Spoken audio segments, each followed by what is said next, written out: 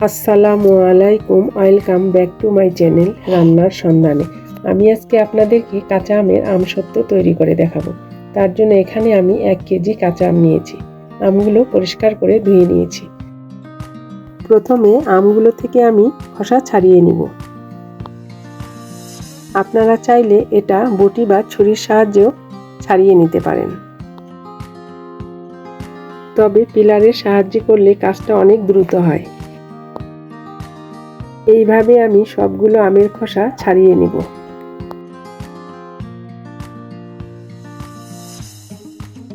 এখন এইভাবে আমি আমগুলো কেটে নিচ্ছি।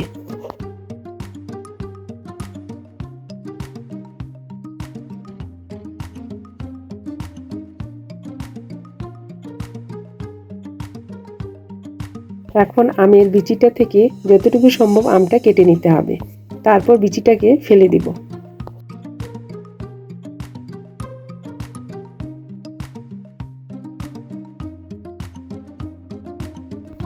এইভাবে আমি সবগুলো আম ছোট ছোট টুকরো করে কেটে নিব।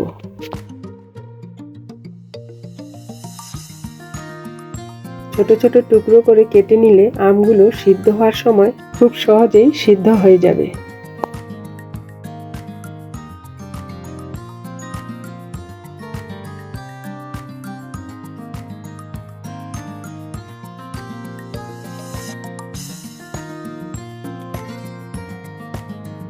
একইভাবে আমি সবগুলো আম কেটে নিব। এই যে আমার সবগুলো আম কেটে নেওয়া হয়ে গেছে। এবার চুলায় পাত্র বসিয়ে দিয়ে ওর মধ্যে কেটে রাখা আমগুলো ঢেলে দিচ্ছি। এখন এর মধ্যে দিয়ে দিচ্ছি 1.5 কাপের মতো পানি। এখন একটু নেড়েচেড়ে দিয়ে ঢাকনা দিয়ে দিব। এ সময় চুলার আঁচ মিডিয়ামে থাকবে। কিছুক্ষণ পর ঢাকনা তুলে আমগুলো একটু নেড়েচেড়ে দিতে হবে।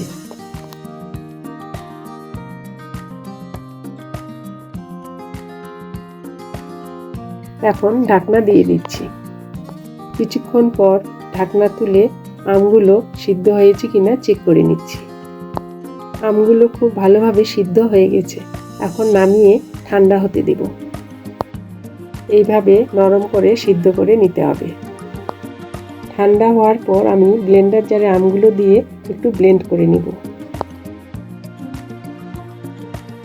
আমার ব্লেন্ড করে নেওয়া হয়ে গেছে। এখন চামচ দিয়ে তুলে দেখাচ্ছি, দেখেন কত সুন্দর পেস্ট হয়েছে। এখন একটা স্ট্রেনারে ঢেলে চেলে নিতে হবে, তাহলে আমের মধ্যে কোনো দানা বা আঁশ থাকবে না। চেলে নেওয়ার পর এই যে এগুলো বের হয়েছে, এগুলো আমি ফেলে দেব। এবার চলে যাচ্ছি মূল রান্নায়। চুলায় পাত্র বসিয়ে দিয়ে ওর মধ্যে আমের পিউরিটাকে ঢেলে দিতে হবে। চুলার আঁচ মিডিয়ামে রেখে আমের পিউরিটা আমি জাল করে নিব। এখন এর মধ্যে 2 কাপ চিনি দিয়ে দিব। এবার নেড়েচেড়ে চিনিটা মিশিয়ে নিচ্ছি।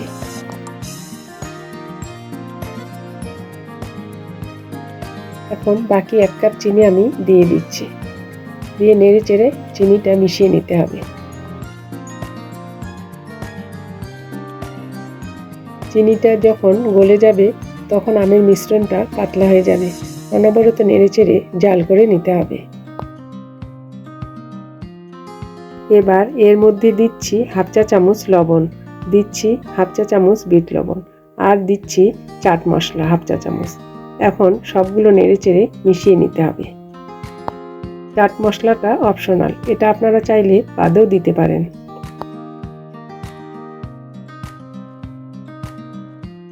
মিশ্রণটাতে যেন কোনো পানি না থাকে, এভাবেই জাল করে নিতে হবে। এবার এর মধ্যে দিয়ে দিচ্ছি সামান্য একটু গ্রিন ফুড কালার। এটা যেহেতু কাঁচা আমের আমসত্ত্ব, তাই আমি ফুড কালারটা ব্যবহার করছি।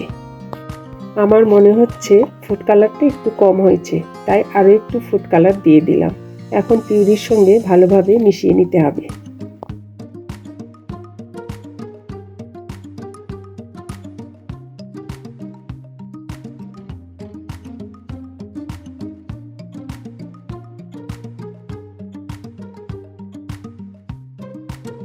এরকম ঘন আর থকথকে হতে হবে। এবার এর মধ্যে আমি হাফ চা চামচ চিলি ফ্লেক্স দিয়ে দিলাম। এবার চিলি ফ্লেক্সটাও পিউরির সঙ্গে ভালোভাবে মিশিয়ে নিব।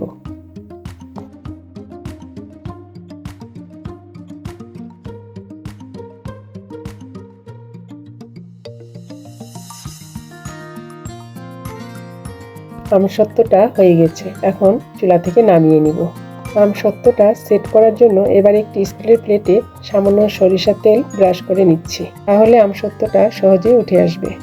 এবার তৈরি করে রাখা আমের মিশ্রণটা প্লেটের মধ্যে নিয়ে নিচ্ছি। তারপর প্লেটের চারপাশে ছড়িয়ে সমান করে দিতে হবে।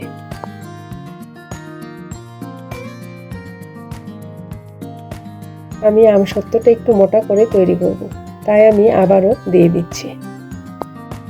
আপনারা আপনাদের পছন্দ মতো মোটা অথবা পাতলা করে দিয়ে দিতে পারেন। এরপর একদিন রোদে দিয়ে শুকিয়ে নিব। একদিন রোদে দেওয়ার পর আমসত্ত্বটা কি সুন্দরভাবে সেট হয়ে গেছে। এবার আমসত্ত্বটা কেটে নিচ্ছি। প্রথমে আমি লম্বালম্বি করে কেটে নিচ্ছি।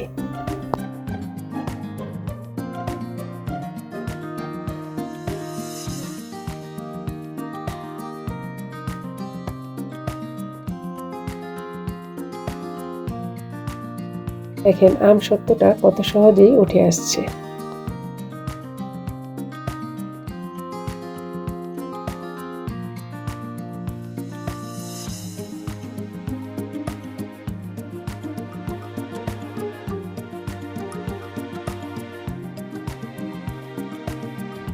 এখন আমসত্ত্বটাকে আমি ম্যাঙ্গো বারের মতো করে চিকন করে কেটে নিচ্ছি।